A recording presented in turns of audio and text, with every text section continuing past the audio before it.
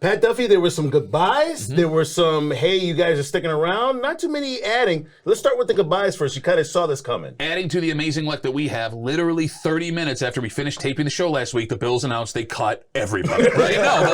No, Poyer's gone. Mitch Morris is gone. Like, you have these guys. Tre'Davious White is gone. Yeah. It's heartbreaking to see. I mean, all three of those guys were warriors for this team. Poyer especially, right? Takes a bus to Kansas City because he can't fly because of a lung injury last year to play in a game. Poyer, I understand. Tre'Davious White, I understand. Mitch Morris, that was shocking. Yeah. That shocked me a little bit, but they must think that they have that center on the roster that's going to be able to replace him. Look, man, Bills fans are struggling with this so much, I believe, because they haven't had sustained success, this franchise, in a long time. And when a team is as good as the Bills have been for as long as they have, you have to turn the page. And part of turning the page is getting rid of guys that were heroes for you over and over again. Look, when, we let 90% of players walk that we did during the drought, you don't really care, right? Yeah. But it's hard to fill the hole in your heart when those guys were the majority of the heart of this team. Think about this, Bob. I was thinking about this last week in the sense that I know how much you love those players, and I know how much you hate to see it. But this is the business of the NFL right now. Bingo. See, I think the problem in the front office in Buffalo is they're so close all the time. They've got to find a reason why they can't get over the goal line.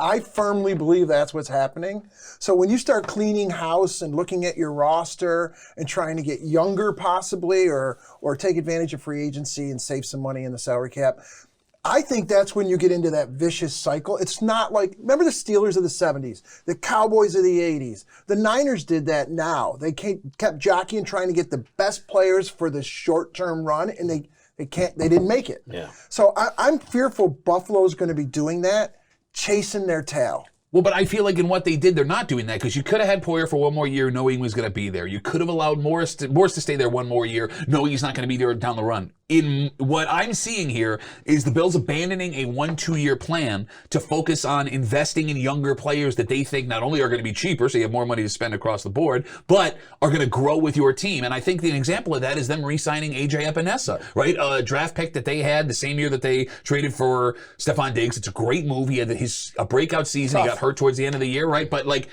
I see this as the team getting younger to stay relevant longer as opposed to 1 year, try it again, 1 year, try it again. So you think Mitch Morris and Jordan Poyer's replacements are going to be young guys? I do believe so. I mean, you're going to bring in a veteran. I don't think so. Well, okay. I could see them bringing in veterans to train guys that they're bringing in third, fourth, fifth round pick to eventually get to that spot. Agreed. But if I can pay a veteran safety half of what Poyer's scheduled to make and get maybe better results out of it, Plug him in. Exactly. I love Jordan Poyer. I do too.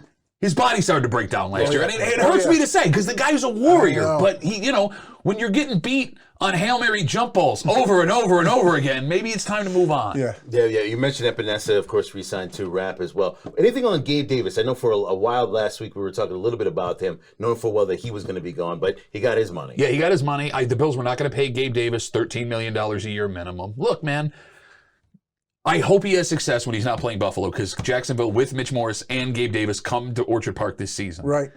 Do you want to pay $13 million to a guy in Gabe Davis who hasn't been consistent? And I mean, it comes down to consistency. Fourth guy, fourth receiver, fourth receiver. Yes. I agree.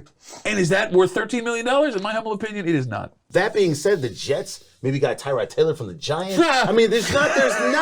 I mean, listen, from what we know now, I know once this recording is done, there'll be a whole bunch of different changes. But the Jets didn't get much better. New England didn't get much better. Miami got worse in losing defensive players. Miami got worse. New England, I think, is the same. The Jets are banking on this season being successful with a 40-year-old quarterback coming back from a blown Achilles, right? Oh, I'm sorry. He already recovered from it in the middle of the season. And is running for re-election, I guess, in his own mind. I've never wanted something more to happen in my life than him being vice presidential candidate. But that's a whole other thing. I think he's already won in his own mind.